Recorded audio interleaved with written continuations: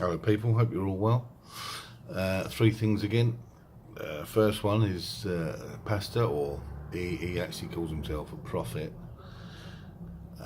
He's from Kenya, I believe, not 100% sure, but he does a lot of his preaching there, has massive followings, probably tens, hundreds of thousands of people. I've heard a rumour that some of them were almost 1 million, his gatherings. But he's been on my radar for a long time. Mainly, there's other people out there doing videos about him as well. A very good lady called Lee Mack, Leamac, not the comedian. There's a few people, even in Kenya. Some of them he's actually taken to court to try and shut them up, which is not a good sign anyway in itself. But his name's Dr. Owuor, or Owuor, not quite sure how you pronounce it, but I think it's Ouwar, I think, or something like that. But I'm sure if you Google that, that'll come straight up. So he's been on my radar for a long time, and the main reason he's on my radar is because he's always talking about having dreams and visions. And he's always talking about Jesus or God taking him out into space. So it's like a beep, beep, beep, beep, beep, beep, beep, alarm going off. Where? He's taking you out into space? I don't think so, mate. It doesn't exist. So for all his money and his connections and his puppet show that he puts on, bringing water down when there's a drought, bringing light down from heaven, I think he's a big-time Satanist. Big time Satanist. He's right up there. He's one of the false prophets, without a doubt, I would say. So be very careful of this man. Very careful of anything he says.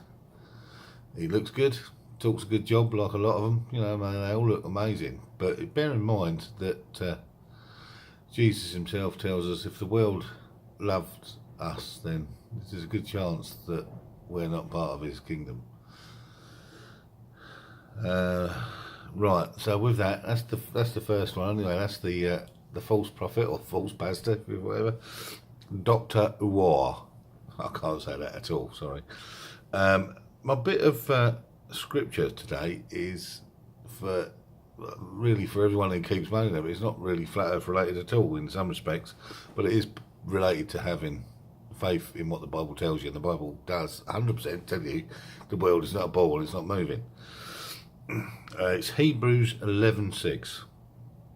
But without faith it is impossible to please him. For he who comes to God must believe that he is, and that he is a rewarder of those who seek him. So there you have it. It's impossible to believe to please God without faith. So you could be as righteous as you want to be. You know, you never kid yourself that you never commit sin, you never do anything wrong, but you're barking up the wrong tree. You've got to have faith. That's the number one thing that I get from the Bible. Is he says, you know, we're saved by faith through grace, or by grace through faith. You've got to have faith. You've got to have faith in what is written down. So when the Bible tells you day and night were created before the sun, you've got to believe it. When the Bible tells you that the earth's not moving, you've got to believe it. Faith is the number one important thing. My scientific thing today really is more about you lot than it is about me giving you some information. If you go to YouTube and put in their search bar Eric Dubay $10,000 challenge, you'll find a YouTube video where there's a gentleman offering £10,000 for one atom of proof that we live on a ball. Now, bear in mind that between NASA and the European Space Agency, they have something like £10 billion a year, and they have had that kind of money for the last 40 years, 50 years.